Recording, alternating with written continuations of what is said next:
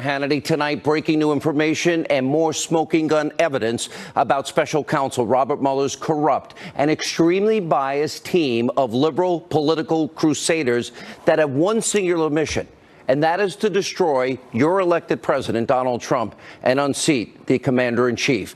Now, they're trying to create a constitutional crisis that will threaten the rule of law in this country. So tonight, right here, we have new and more smoking gun evidence that Mueller's hand-picked minions are a bunch of Trump-hating, Hillary-loving partisan hacks that are carrying out what I describe as a witch hunt. In an email released by Judicial Watch, Mueller's top attack dog, Andrew Weissmann, told former acting Attorney General Sally Yates he was so proud of her. This after Yates defied a direct order from the President of the United States, Donald Trump, and refused to defend his travel ban back in January.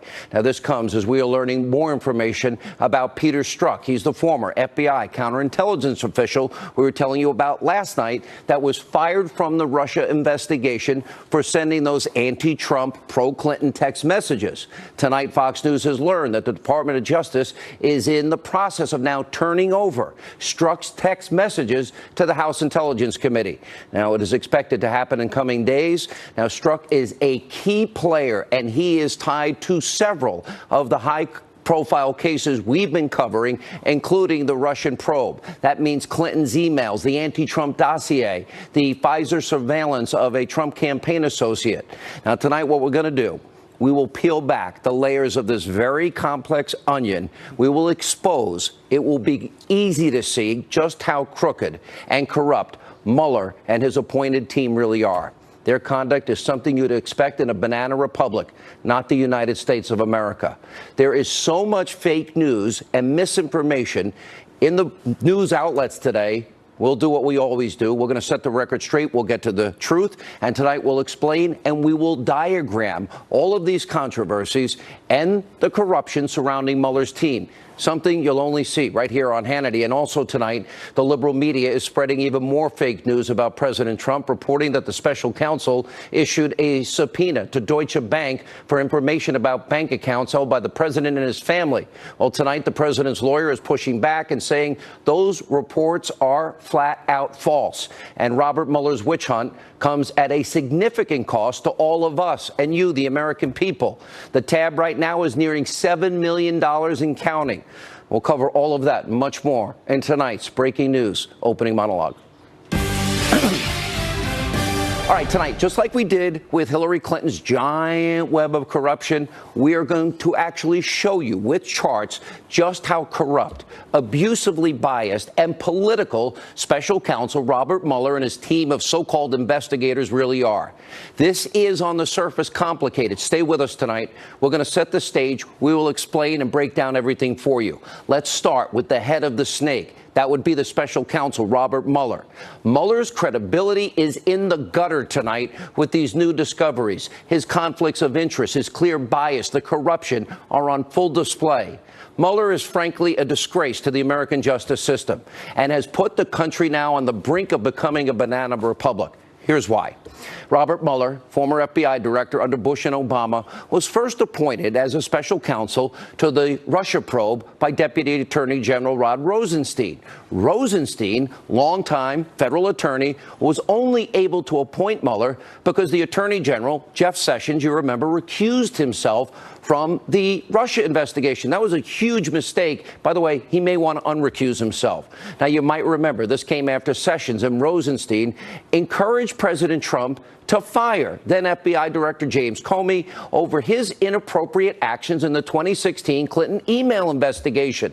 Well, as it turns out, James Comey, guess what? He's very good friends with Robert Mueller. After years of working in similar roles, well, some have even described the duo as, quote, brothers in arms. Isn't that so cute? Now, Comey also tweeting tonight he is meeting with his book publisher. Oh, I can't wait for that to come out. When's he going to start working for fake news CNN or conspiracy theory TV MSNBC? We'll have more on that later. But back to Mueller. His conflicts of interest do not end here. While serving as the FBI director in the Obama administration, Mueller stood by and did nothing while the controversial sale of uranium was approved by Hillary Clinton and others in 2010 to that state-owned Russian energy company. Now, keep in mind, a year and a half before, the FBI had serious evidence of Russian bribery linked to the Uranium One sale, and a confidential informant was providing them further proof for 6 years of a potentially illicit deal. 20% of America's uranium was at stake. We don't have enough uranium. Another important Mueller conflict. It stems from President Trump. Remember, he reportedly interviewed Mueller to be Comey's replacement as the head of the FBI? And ultimately, President Trump, he went in another direction. He gave the job to Christopher Wray. And finally, one of the biggest examples of Mueller's faulty, clouded, biased, abusively biased judgment is who he chose to staff the Russian probe. Now, get this. At least 8 of the 16 lawyers that Mueller appointed to his team donated to Democrats like Obama and Clinton, including thousands of dollars to these campaigns. Not a single attorney Mueller appointed or hired donated to the Trump campaign or any other Republican presidential campaign. Which brings us to our next chart, where we expose members of Mueller's team from their clear political bias. One of Mueller's top lieutenants, who some have called a legal pit bull, is none other than Andrew Weissmann. We'll have more on him later in this monologue and show. But first, it's important to point out, Weissmann gave $4,300 in political donations to Democrats, including Obama. And as you can see, we filled out the chart. All told, Mueller's corrupt band of Clinton lovers, they've been responsible for over $50,000 in donations to Democrats. We're really supposed to believe that they're fair and they're unbiased in this investigation? Next up, former top FBI counterintelligence official Peter Strzok. As we're about to show you, as we told you about last night, his tentacles touch just about everything. Now, there's more stunning new information about Strzok tonight. We'll get to that in a second. But first, let's lay the foundation. According to a report, this was yesterday, Strzok is a member of Mueller's special counsel team that signed the document that officially started the entire Russian investigation witch hunt. We learned yesterday this Trump-hating, Clinton-loving agent oversaw the FBI interviews of our former national security advisor, Lieutenant General Michael Flynn, where he supposedly lied. Sarah Carter, who'll join us in a little bit, is reporting that Strzok personally interrogated Flynn himself. And Fox News also learned that it was Strzok that was fired by Mueller over the summer for sending the anti-Trump, pro-Clinton text messages to his FBI lawyer girlfriend. Well, we just discovered tonight that Strzok's girlfriend, Lisa Page, also was on Mueller's team before leaving. We didn't know that yesterday. And from there, it gets even more shocking, as our own Catherine Herridge is reporting. Strzok played a very key role in the Clinton email server investigation.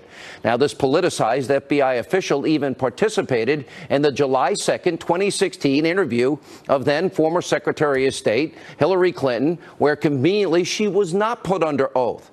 Now, this part is brand new tonight. Strzok was also present at FBI interviews of Clinton's top aides, Uma Abedin, Cheryl Mills, where they claimed they only knew about the server after Clinton left the State Department and it became public. He loves the Clintons and everybody around them. And it turns out emails from 2010 and 11 show that both Abedin and Mills did in fact know about the server. So either they misled the FBI or flat out lied. Where are the charges against them? And why were they spared? And Lieutenant General Michael Flynn, why was he charged with lying to the FBI? A massive double standard. And it gets worse from there. Fox News has confirmed that Strzok changed the language. He was the guy in James Comey's draft memo exonerating Hillary Clinton from grossly negligent behavior to extreme carelessness. That's letting Hillary Clinton off the hook. Remember, they wrote the exoneration before the investigation. That means the fix was in. Gross negligence is part of the legal standard that would mean Clinton broke the law. They stood up for her. They defended her. They protected her. This is shocking, and this is why the Office of Inspector General is now reviewing Peter Strzok's role in the Clinton email server investigation. Now, Strzok's involvement extends to other key areas of this Russian probe. Keep up with me here. There's a lot of information, like the anti-Trump fake news, Russian propaganda dossier that used current and former Russian government sources to try and smear then candidate Trump with salacious lies and influence the election and mislead you, the American people. And a source is now revealing to Fox News that Deputy FBI Director Andrew McCabe, he's the key witness that Congress wants to talk to about the anti-Trump dossier. McCabe was scheduled to appear before Congress Thursday, but now is saying he's not going to show up. Now, McCabe is also thought to have been the key point of contact to the former British spy, Christopher Steele. He's the guy that created the fake news anti-Trump dossier that was bought and paid for by Hillary Clinton and the DNC that Donna Brazile says she was running. And we can't forget, according to multiple reports, a political action committee with ties to key Clinton ally, Virginia Governor Terry McAuliffe, they're like best friends. Well, they gave $500,000 to Andrew McCabe's wife, Jill. She was running for the Virginia state Senate race. Now, Virginia's Democratic Party also contributed over $200,000 to Jill McCabe. Wow, the connections are stunning. And finally, House investigators, they believe that Strzok is the key figure in the Pfizer surveillance of a Trump associate on the campaign. Now, that makes a lot of sense given FBI agents' background in counterintelligence. And also tonight, and finally tonight, there's Robert Mueller's top deputy. Pay close attention. This particular minion is known as Mueller's legal pit bull. We're talking about the hard-charging prosecutor, Andrew Weissmann. He has a long history of using highly questionable, unethical tactics to get convictions. There's new information tonight, and it highlights Weissmann's rampant anti-Trump bias. We'll get to that in a second. Before we do, you've got to understand who is Andrew Weissmann. Now, Fox News legal analyst Greg Jarrett has dug deep into Weissmann's background. Here's what he has found. Back in 2000, during the massive Enron scandal, Weissmann was one of the prosecutors on the task force that brought a very controversial obstruction of justice case against the giant accounting firm, Arthur Andersen. This is important. Weissmann's actions put that company out of business. Tens of thousands of people lost their jobs. In 2005, the United States Supreme Court overturned Weissmann's obstruction of justice conviction in a unanimous 9-0, nearly unprecedented ruling. But it was too late. He had already inflicted maximum damage to so many people. Arthur Andersen was not the only victim of Weissmann's aggressive tactics. The conviction of a business transaction between Enron and the financial firm Merrill Lynch. Well, that sent people to jail. But guess what? They were innocent. That decision was reversed by the Fifth Circuit, U.S. Circuit Court of Appeals. Weissmann has also been accused of intimidating witnesses, making up crimes that don't exist, and in one case, withholding evidence that was exculpatory, that helped the defendant. And Weissmann is also tied to that corrupt Uranium One deal and the Obama administration cover-up. Why did Mueller ever appoint this guy? He knew his track record. And back then, Weissmann was in charge of the DOJ's fraud section during the Russian bribery scheme. And as Greg Jarrett points out, Weissmann actually signed the bottom of the plea agreement from the Russian businessman involved in that case. Now, here's the new explosive information we have tonight. In an email released after a FOIA request by Judicial Watch, Weissmann, the guy I'm telling you about, he told the former acting Attorney General, Sally Yates, an Obama appointee, he was proud of her. What was he so proud of? Yates denied a direct order from the president. Her boss refused to defend the legal constitutional travel ban back in January. Weissmann's email reads, quote, "I am so proud. I am in awe. Thank you so much. All my deepest respects." Pretty unbelievable. Shows where his political bias is. Also tonight, your mainstream media, they're corrupt. They continue to spread fake news, all in an attempt to destroy and damage this president day in, day out, hour after hour, minute after minute. The latest example involves reports that a special counsel, as he issued a subpoena to Deutsche Bank for information about bank accounts that were held by President Trump and his family, Well, tonight we learn it's fake news. President Trump's lawyer, Jay Sekulow, he shut down this erroneous reporting with a statement that reads, quote, "We have confirmed that the news reports that the special counsel has subpoenaed financial records relating to the president are false. No subpoena has been issued or received. We have confirmed this with the bank and other sources." This is just another reason you, the American people, should never trust this destroy Trump corrupt media. And finally tonight, Robert Mueller's political witch hunt comes at a massive cost to all of us, the American taxpayers. Now, from May to the end of September alone, Mueller has spent nearly $7 million of your dollars on his crooked investigation that has now turned into this political fishing expedition. Remember, this all started as a probe into possible Trump-Russia collusion. There's been zero evidence. So far, none, zero. It's been almost a year that this ever happened. And the media, Russia, Russia, Russia. So now Mueller and his political lackeys, they're trying to dig up any kind of potential wrongdoing to justify their existence. This is a massive waste of money, and you, the American people, are paying for all of this, which is an attempted political takedown of your duly elected president. It is a direct threat tonight to the rule of law, to our Constitution. And tonight, this all now begins to end. Joining us now with reaction, Judicial Watch President Tom Fitton. He filed the FOIA investigation request. Also, investigative reporter Sarah Carter, Fox News legal analyst. We count on him, obviously, a lot. Greg Jarrett is with us. Tom, let's start with you. And it wasn't only Weissman who's praising a woman, an Obama holdover, that disobeyed a direct order of her boss, the President of the United States, Donald Trump. Yeah, there were other lawyers in the Justice Department, senior officials, one in the financial fraud section, former U.S. attorneys who ended up getting fired, in retrospect, quite rightly, by President Trump.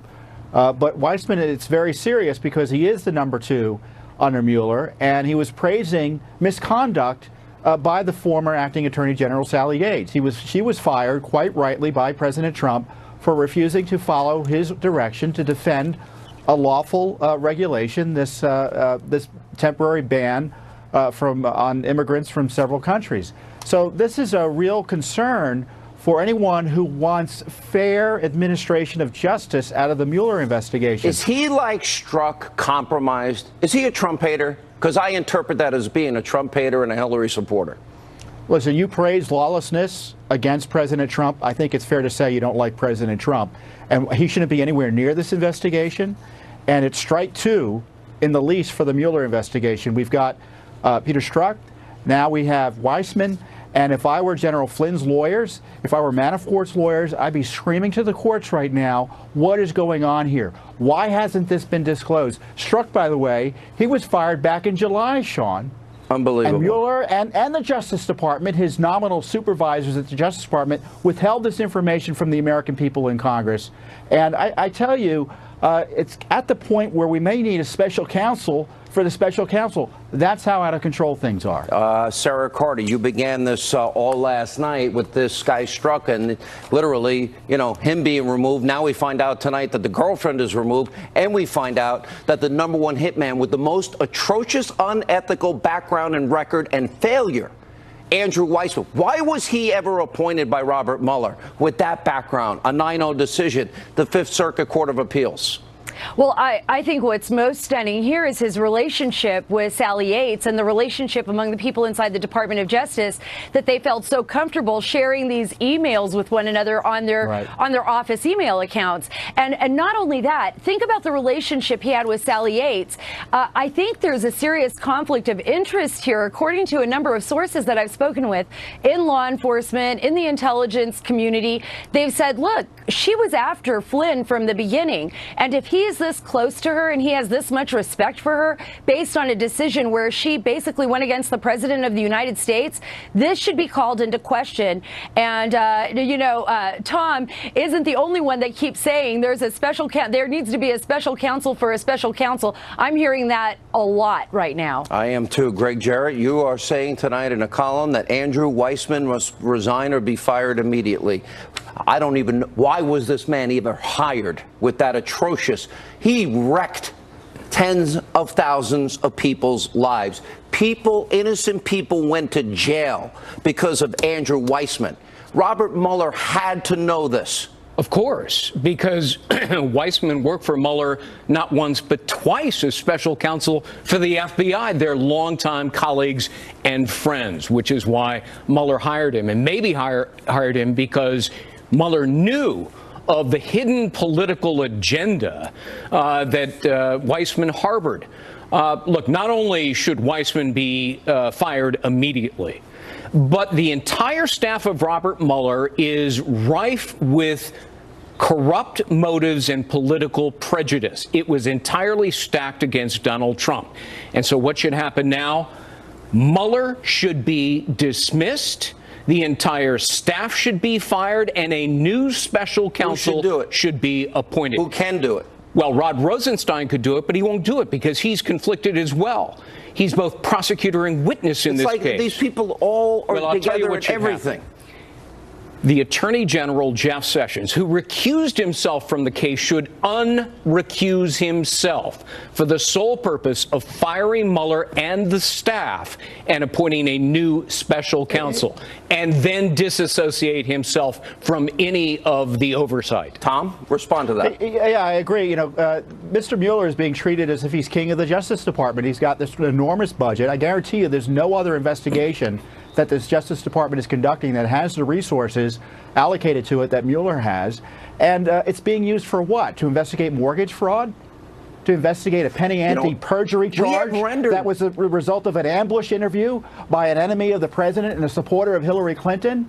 President Trump should order the Justice Department to fire Mueller. The Justice Department has had their chance to rein this guy in. They haven't taken it, and the president needs to exercise the constitutional options he has to protect the American justice system.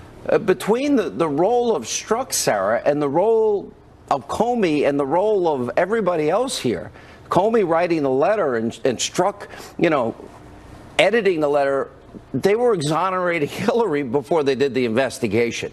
That renders that investigation meaningless to me. Amen. Where's the Attorney General? Where's the special counsel to do a real investigation? Because we know crimes were committed in this particular case. Well, and I think what we're going to see, Sean, is the Inspector General's report. We're going to see parts of that report before December. We're going to see other parts of his report coming out after January. And they are looking at Peter Strzok. They're looking at Comey. They're looking at 27 leakers. It would not surprise me if there is a shakeup at the FBI and house cleaning. I'm hearing rumors it's coming as soon as this week, perhaps. That's right. I'm also hearing the same, and I think that one thing that we're lucky with here is that the layers of this onion have been peeling back, and we've been able to get information slowly, but we've been able to get information that's exposing it for what it is, and I think that's the most important thing right now. And it really, I've got to lay the foundation and then give the new information. So this is complicated, but it's obvious what's going on. Greg. What's astonishing is that one man with a political agenda exonerated Hillary Clinton and then simultaneously launched the investigation really because it was really against President Trump. And Comey. That to me is obstruction, isn't it? Well, of course, it could be. If Comey and Strzok ignored incriminating evidence and instead decided to clear Hillary Clinton for political purposes, that is obstruction of justice. And there ought to be a case brought against them if that happened. It's a national disgrace. It is. What the Mueller's team is a national disgrace. It is a travesty of justice. It is a travesty to exonerate somebody for political purposes and literally before the investigation is done. I'm just out of time. Sure. We'll have you all back. I promise. We're not letting up. Now, when we come back, we'll talk to Harvard constitutional law professor. We don't always agree. Alan Dershowitz. He has a strong warning tonight for Robert Mueller. Also breaking tonight, we have new charges have been filed against that illegal immigrant who killed Kate Steinle on that pier in San Francisco. Will justice finally be served? And the president keeps a massive campaign promise about Israel. We'll check in with Ed Henry, and we'll go to Washington for the latest details. Straight ahead.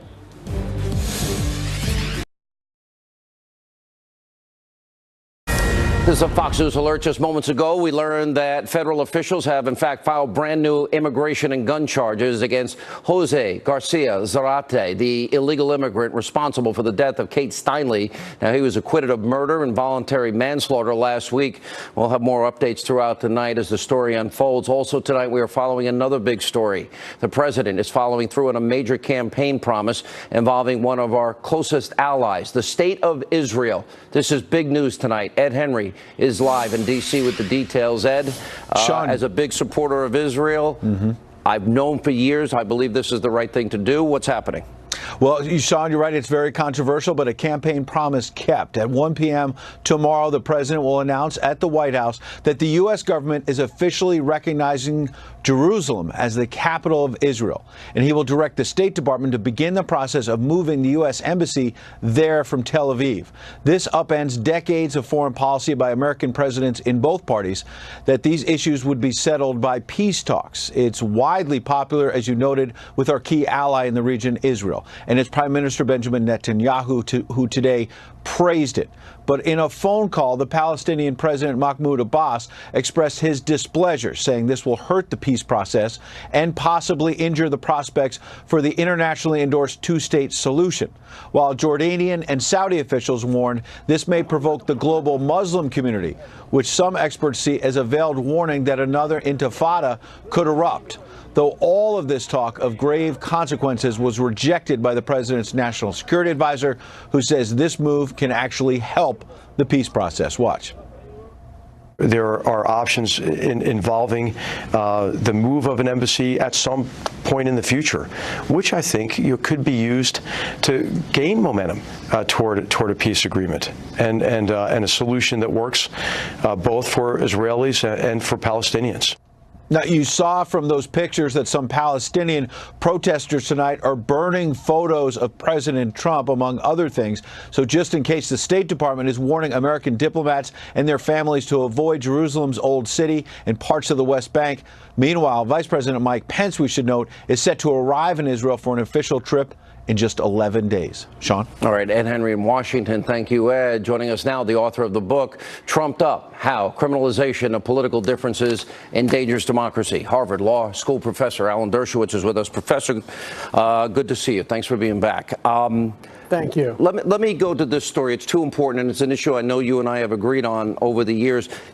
Most Americans, I doubt, know we give the Palestinians money. The Palestinians pay families money of those who kill Israelis and Americans. That is outrageous waste of taxpayer dollars. Thoughts? Well, it's worse than that. It incentivizes murders. But I think that President Trump's decision to recognize Jerusalem as the capital of Israel is the perfect response to President Obama's outrageous orchestration of the Security Council resolution, which he pushed through as a lame duck that declared the Western Wall to be illegally occupied territory, the Hebrew University, the Hadassah Hospital, the Jewish Quarter. According to this resolution that was basically pushed through by Obama, these are outrageously flagrant violations of international law. The best response to that horrible resolution is for the president to say, we don't accept the UN resolution, and the best proof of it is we're going to recognize Jerusalem as the capital of Israel. You say it's occupied, we say it's the capital. Perfect response. Agreed. Let's go to Democratic Senate and ranking member of the Senate Judiciary, Dianne Feinstein, claiming an obstruction of justice case is forming against the president. You've had very strong reaction to that. Is it possible? People cite Nixon. They cite the Clinton affair. Is there any obstruction of justice, and can you cite that against a sitting president? Well, those cases both support my position that you cannot charge a sitting president with obstruction of justice if he simply implements his own constitutional obligations under Article 2. What happened in the Nixon case is they charged him with obstruction of justice for telling his subordinates to lie, for destroying evidence of paying hush money. In the Clinton case, they cited him for obstruction for telling witnesses to lie. Here, what they're saying is the president committed obstruction of justice by firing Comey, which he had a perfect right to do. Comey said that himself. And if he were to pardon somebody like Flynn, but you cannot hold a president criminally responsible for exercising his constitutional authority. Remember, it's not only the president who has this kind of immunity. Senators have immunity from prosecution. Judges have immunity from prosecution if they perform their constitutionally appropriate actions. That's what our system of checks and balances is all about. Let me ask you about this particular fact. You have this guy Strzok. Then you have, I believe, somebody, I find his record atrocious, Andrew Weissman, and this team that Robert Mueller has put together. In the case of James Comey and this guy Strzok, how can you possibly be drafting an exoneration of Hillary Clinton before the investigation was ever not only ever completed, but the key people in the investigation, including Hillary, weren't even interviewed up to that point? How is that possible? And does that mean that needs to be relitigated or reinvestigated? Well, first of all, Strzok should have recused himself. Even if other people didn't know about his tweets, he knew about them. He knew he had a bias against Trump and in favor of Clinton. He should have recused himself. Look, I'm against using the criminal justice system to target political enemies, whether the political enemy is Hillary Clinton, whether the political enemy is Donald Trump. I want to see a ceasefire. I want to see us not use the criminal justice system as a weapon against our political enemies. I don't think Hillary Clinton should have been investigated and prosecuted. I don't think Donald Trump should be investigated and prosecuted. I think if you don't like what a candidate did, you vote against them. But you don't try to create criminal actions, whether it be espionage against Hillary Clinton or obstruction of justice against Donald Trump. If you had 33,000 subpoenaed emails, or if I had 33,000 subpoenaed emails, and I decided I'm going to delete them, and I decided I'm going to acid wash the hard drives, and I decided that that somebody that works for me is going to bust up the BlackBerries, I think I would be calling you and saying, Alan Dershowitz, you may disagree with some of my politics, but I need you to defend me. I don't think any other American would ever get away with that. Isn't that obstruction? Well, you mentioned the Arthur Anderson case. In fact, I think that was one of the issues in that case. You have to show a specific intent to destroy evidence that you know is under subpoena. What often happens is that companies routinely destroy documents, routinely do things. You have to show a very high level of specific intent. I don't think it was there in the Arthur Anderson case. I don't think it was there in the Hillary Clinton case. Well, let me ask you, but if you delete 33,000... I want to make sure we don't politicize criminal, I understand. I actually think we've got to be careful. I'm not disagreeing with you in that. But if 33,000 emails are subpoenaed and you delete them, and then not only do you delete them, you acid wash and bleach bit them, and then you destroy the other devices they may be on, that doesn't show intention to you? Well, you have to demonstrate the chronology. You have to show when they were destroyed, who destroyed them, what the chronology was. It's a very, very hard case to make. I just think in general, we should not be looking to make criminal cases against our political opponents. We should leave that to the electoral process. If there are clear, unequivocal cases, like the Nixon case, then I think prosecution is appropriate. But in general, we should err on the side of leaving it to the political process rather than the criminal justice system. Professor, thank you. Appreciate you being with us. When we come back, Catherine Herridge, she has an important, explosive new report on the FBI's investigation into Hillary Clinton last year, and also whether Peter Strzok gave her and James Comey gave her a free pass. That and more as we continue our investigation. And tonight we're getting new information regarding the FBI agent who was fired from the Mueller probe, Peter Strzok. Specifically, we are learning more about his involvement in the 2016 investigation into Hillary Clinton's private email server. Our own Catherine Herridge has the very latest tonight from Washington. Catherine. Sean, our investigative team reviewed this FBI summary of Hillary Clinton's July 2016 interview, and it shows that the same FBI agent, Peter Strzok, was part of it. Agent Strzok, who allegedly sent anti-Trump texts, weighed in on Comey's public statement just 3 days later that recommended against criminal charges, and he helped change the language in an earlier draft from grossly negligent to extremely careless. That's key because gross negligence is the legal standard under the federal statute 18 U.S.C. 793F, and it's widely reported that Agent Strzok also oversaw the review of Clinton aide Huma Abedin's emails that were found on her estranged husband Anthony Weiner's computer. That discovery led the FBI to reopen and close the criminal email probe just days before the election. It's not good for the FBI, which holds itself up as a paragon of virtue, where there's no political motivations and we just follow the facts, that's all. And everybody knows that's not the case.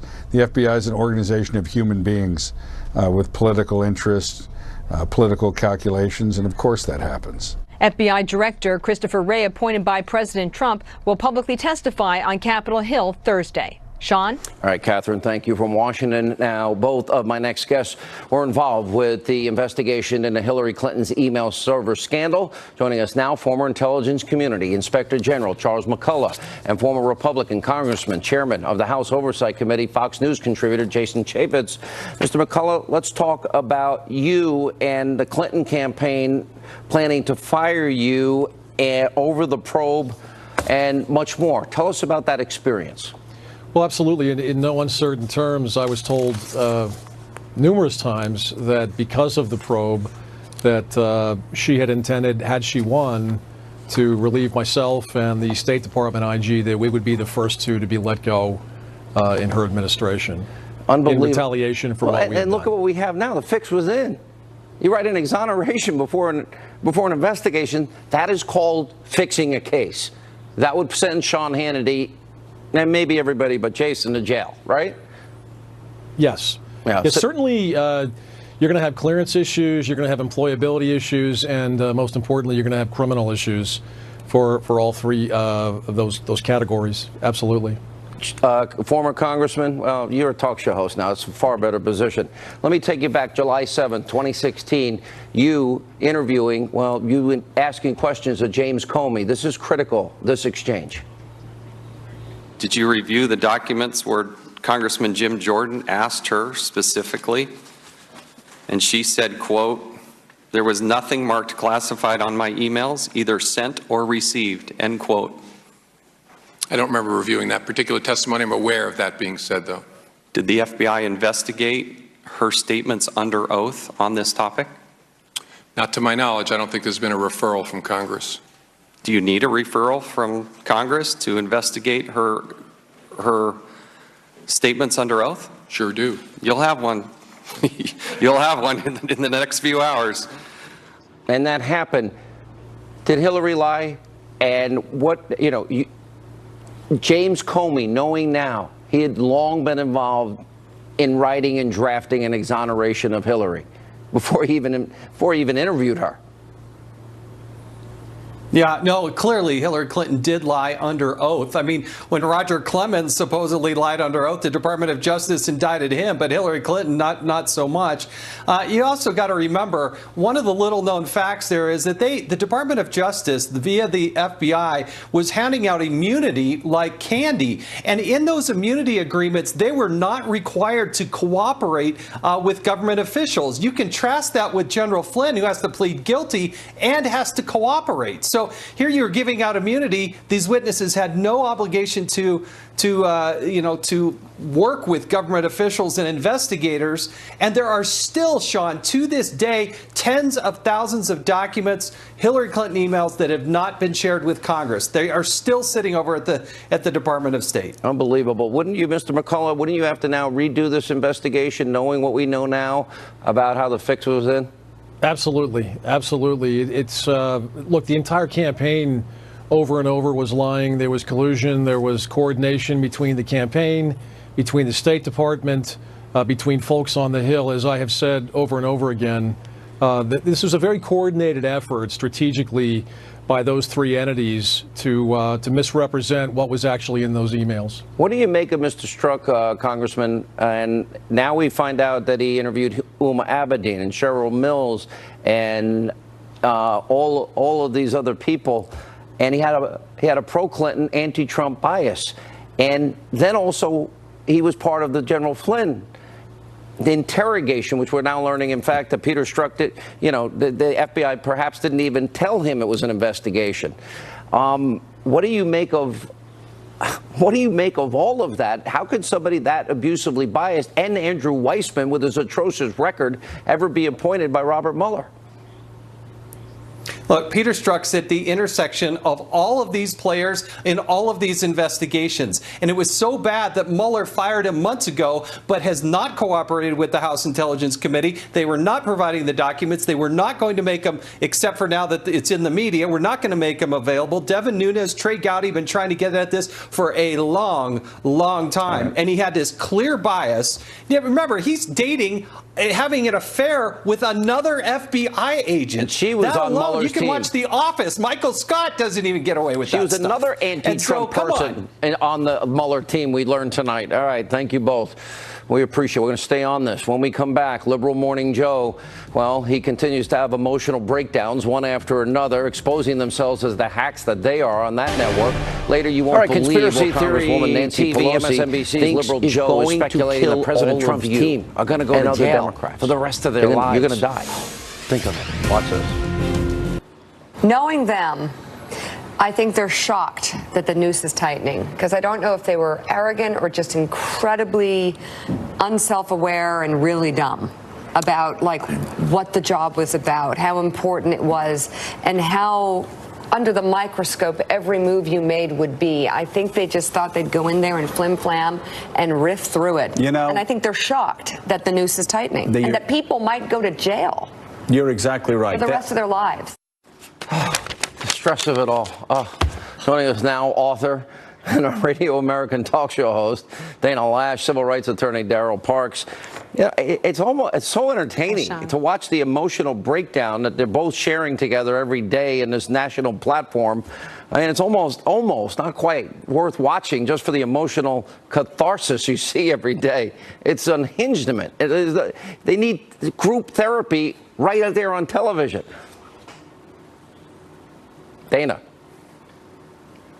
Sean. Sorry. Well, I'm trying to figure out why. What do they think they're going to get him on at this point? Because so far, Michael Flynn just did the same thing Martha Stewart has done. Sean, I'm going to tell you something. What were we all told a year ago? We were told that the Russians were storming the White House and that the Russians were controlling Trump and that they were conspiring together and that everyone was going to die in the streets, weeping and gnashing of teeth, dogs and cats living together, mass hysteria. And instead, Sean, what have we gotten? A repeal of the individual mandate, tax reform, we get to keep more of our own money. Just horrible things. Yeah, Supreme Court justices, good judges, constitutional judges on appellate courts, national concealed carry reciprocity going through the House. I mean, come on. I mean, we were told awful things were going to happen, and instead they got Michael Flynn on the Martha Stewart charge. You know, I know you're a lawyer. Daryl, do you have a problem if they didn't finish an investigation that they're writing an exoneration letter? And are you concerned that Robert Mueller has put people with these histories of unethical conduct that have ruined people's lives on his team and people on his team that are pro-Hillary and anti-Trump? Does any of that bother you in the pursuit of justice, in the pursuit of truth?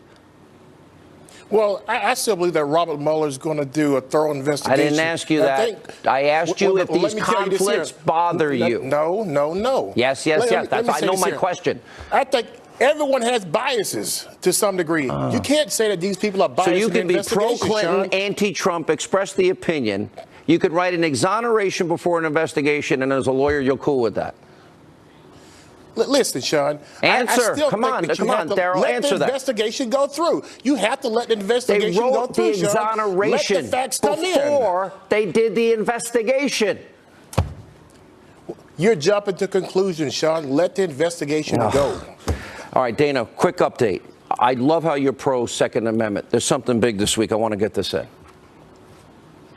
Oh, yes. And Sean, thank you so much for reminding all of your viewers about this. I hope that everybody calls their elected officials tomorrow, because National Concealed Carry Reciprocity is going for a vote tomorrow, Wednesday, on the House floor. This is something that millions of Americans went and voted for. Sean, you talked about it many times right here on your program. This means that your rights don't end where the state line ends. And this is huge. This is getting your rights back. And of course, also with that is the Fix NICS bill. There's a lot of misinformation about that. That actually makes states comply with existing law. That's all it does. When we come back, thank you both. That's tomorrow. Congresswoman Nancy Pelosi is insane. We'll prove it.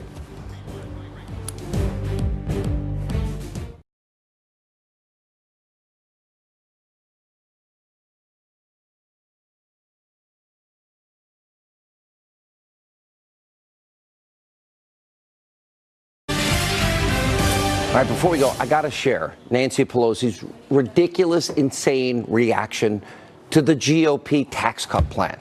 Watch this. No, it is the end of the road. This healthcare, the debate on healthcare is life, death. This is Armageddon. This is a very big deal. Let's be truthful with the American people about that. They throw a few crumbs to the middle class. What they give with one hand, they take away in bounty with the other. Let me get this straight. You are all going to die because you're paying less in taxes. We're all going to die because Nancy Pelosi won't have more of your money. Wow. Amazing. All right, thanks for being with us. Let not your heart be troubled. The news continues, but we will never be the Destroy Trump media. This show will always be fair and balanced. We have a very important show tomorrow night. Hope you'll join us. But Laura Ingraham is standing live by